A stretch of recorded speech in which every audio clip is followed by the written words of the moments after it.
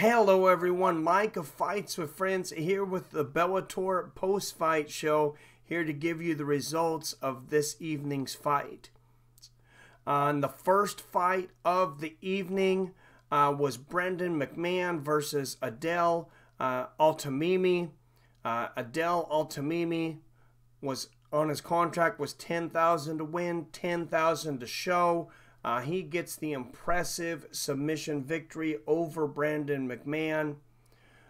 Ricky Bandejas and Juan Archuleta both came into this bantamweight fight as top prospects. Ricky Bandejas coming off of a highlight reel finish from his last fight.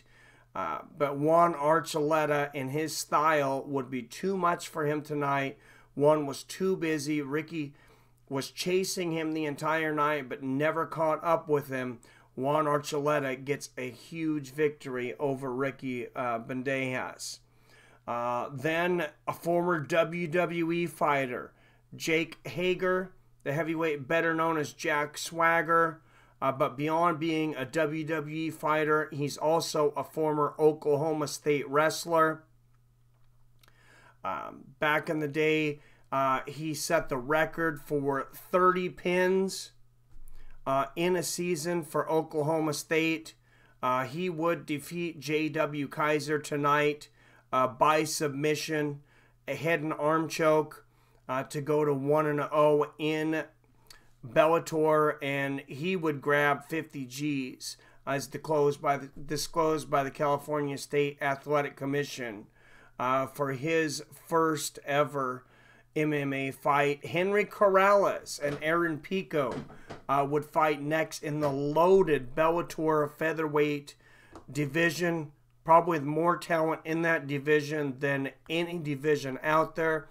Henry Corrales has had the toughest of the tough thrown at him since he's came to Bellator. Aaron Pico has probably gotten more support than any Bellator prospect ever, as Bellator paid him for years to train before he ever set foot into the cage.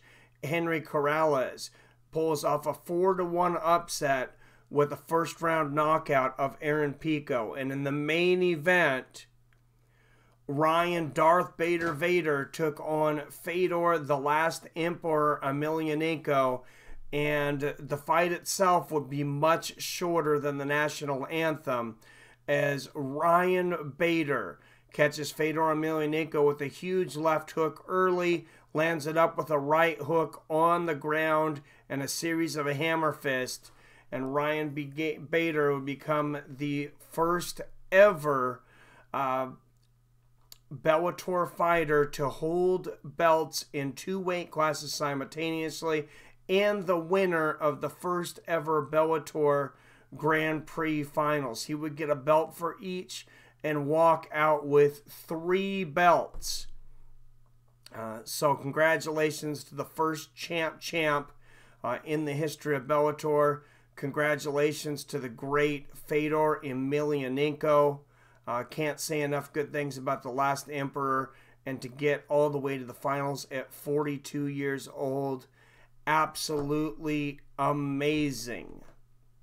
Much more to come here on Fights with Friends. Stay tuned for announcements for future streams. Don't forget next week's fights, Super Bowl Saturday, and then the home of Super Bowl 53 reactions, Fights with Friends. Don't forget February 3rd, we'll be having the Super Bowl party. As always, I love you. I respect you, and I'll see your fine asses later.